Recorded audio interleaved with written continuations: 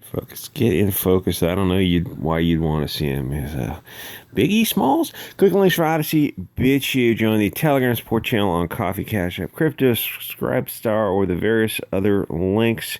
Be sure to get on Telegram and Gab. That's a great way to keep in touch. So, gee, here's the thing. The short version of it is the media is concealing who is doing these kind of events. And the media and the government are working together to craft out a category where white people can be separated out in the commission of crime. So they very carefully craft that out because across the board in the commission of all Malum and Say acts, white non-Hispanic people are underrepresented. They don't lead per capita on any commission of any crime for Malum and Say acts. That means evil in and of itself. So what the media and the government do is they had to figure out a way. They cannot just report the news honestly, because you'd start with a picture of this guy, which the media won't show. This is on Gab. Who's this guy? Some guy had to do his own background story. So, when they don't tell you the race of the suspect, they're telling you the race. And somebody actually did a study where they went through and they proved just that. White people's faces were overrepresented as accused, and POCs were underrepresented.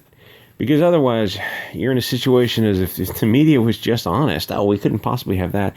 If the media was just honest, they'd be showing you what they'd be showing you, who's actually committing these Malum and Say acts, and they do their best to cover it up, which is kind of terrifying when you think that the media is covering up is one thing, because the media is controlled by private entities, but the government is also kind of doing something to cover it up because they're cooperating with the media in creating these categories of a mass shooting. And like, what is a mass shooting? Well, it's just what it sounds like. It's a shooting of multiple people, a mass number of people. Like, what exactly that means, it doesn't have a legal definition, because that's not how the categories of homicide work. Homicide is each individual homicide. You might have something for an act of terrorism, but that's or terrorist threats, kind of something else entirely. But the concept of mass shooting, it's like, well, who would lead in that? It's gang activity in America would be number one events of mass shooting. And unfortunately, that's 99% POCs who do that. So the media had to work together, and the police are being honest. They're saying, like, yeah, mass shooting is not really a legal term, but they were forced to create this category for no reason other than they want to try to exclude POCs from this category. So what they did was, they're sort of saying that does not fit the mass shooting category. He shot like 11 or 12 people or something, because it did not appear the event was pre-planned. But that's not what the word means. Mass shooting just means a multiple shooting. So it's like most gang shootings that involve more than two people or two or more people would qualify it as a mass shooting. But like I said, those are done by POCs, and that hurts the media narrative of BLM. It's like, well, if you actually follow the local news stories on YouTube, the affiliate stations, you know what's going on. It's not fair-skinned blonde guys who are these school shooters. And that's, there's a lot of myths that go around, like school shootings, which means, offenses of Malum and Say acts that occur in and around school property. Those are not blonde-haired guys who are doing that. So there's a myth that goes around social media that, it's all white guys who are doing that. It's not, and the media doesn't come out and actually do a study on it and explain that, no, it's actually POCs who are doing that too. Across the board, in every act of Malum and Say, it's not white people who are doing it. Every act. Even the stuff with attacks on children, like there used to be a myth that was a white person thing. They're actually number 3. Black is number 1. Hispanic is number 1. Black is number 2. And white is a very, very distant third in commission of acts that harm kids. But there's this persistent myth that, that's white guys who do that. It's absolutely not. They're way, way behind the curve.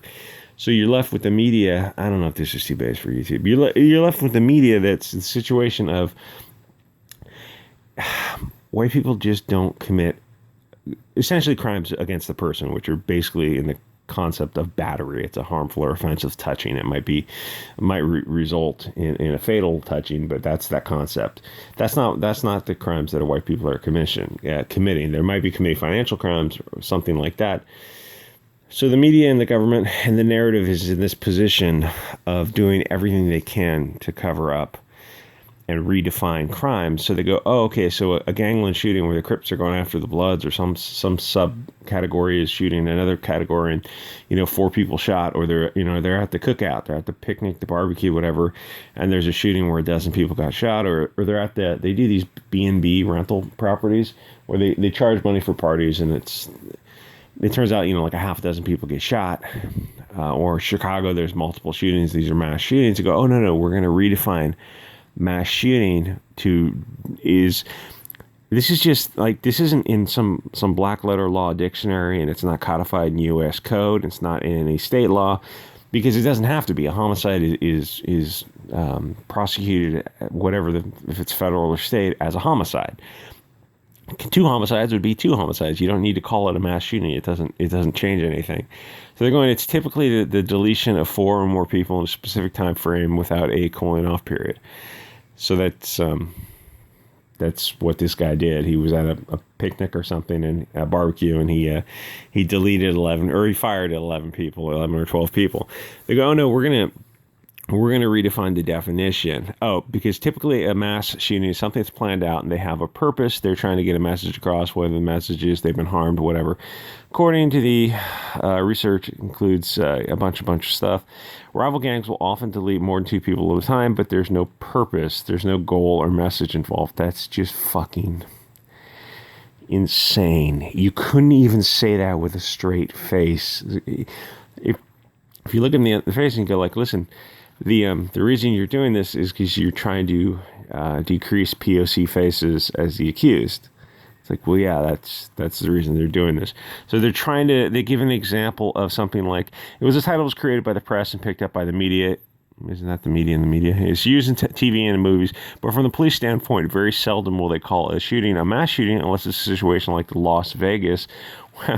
Gee, that glowed from orbit. Some guy got like 400 pounds of gear up to his building. Nobody noticed. Where somebody just started shooting up a concert or a theater. So it seems like you're trying to find a category where it's not going to be a POC's face committing these crimes. And so the occasion of like the rare event, I'm not saying white people don't commit say acts. Of course they do. They do everything. It's just they don't do it in the same percentages as other groups, especially when you consider when you adjust for per capita. So they're trying to create this narrow window of category where they can show some white faces on the news. Because otherwise, you'd be showing faces that look like that guy's faces, just Biggie Smalls. You'd be showing this face all the time. And there's a kind of a related thing was they go missing white girl syndrome. The Gabby Petito, who was deleted by her boyfriend, and Joanne Reed at MSNBC was upset that the media was covering beautiful blonde missing people, which was blown up on social media. It wasn't blown up in the media. The story carried over, and so their argument, the Joanne Reed MSNBC's argument, wasn't that we need to cover missing POCs. Because she's got a network, she's got a show she can spend like 30 seconds at the end of each show showing missing POCs. Because the problem with covering, if the mainstream media covers missing POCs, is that the assailant was also a POC. So you've got a media that's going to show a bunch of black faces every night, and eventually, like, the collective consciousness of the nation looks at that and it comes to a conclusion. And that's kind of where we're coming to now. It's not, I'm on Gab and Telegram and Odyssey and Bit Chute, where it's a more based self-selecting confirmation bias kind of thing. It's more based people there. But even on Twitter and in the YouTube comment section, I'm hearing a lot of dog whistles of people are aware of what's going on. And they're even trying to recall is it Chelsea Boudin? He's the son of the Rosenbergs, which was a Israeli terrorist organization that was the Weather Underground or something, or Israeli funded terrorist organization. I think he's the kid. The mom was in prison.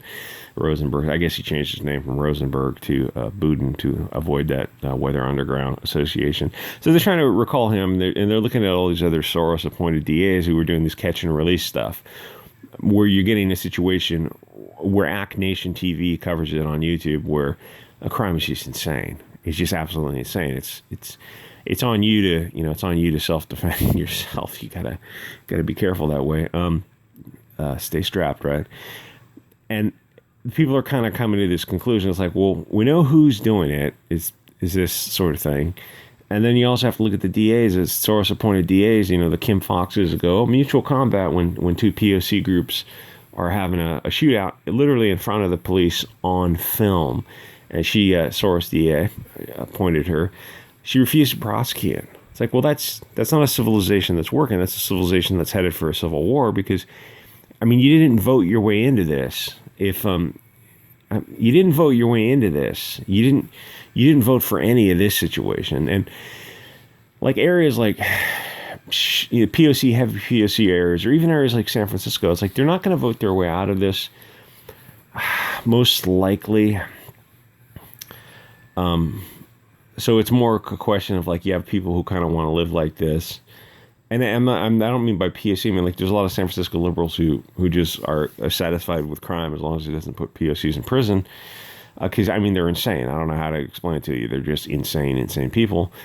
Where you kind of got to separate out and go like, okay, well, we need to have counties that have a different way of doing things. And, that kind of requires like a constitutional amendment to start splitting people up, splitting regions up, where you can have people who want to live a different sort of safer lifestyle, law and order and clean, safe neighborhoods where there's just not this kind of thing going on, where this isn't part and parcel of the community. This might have been too base for YouTube. I don't know. Anyway, like, comment, subscribe, support me. I'm on Gab TV because someone donated a Gab TV membership.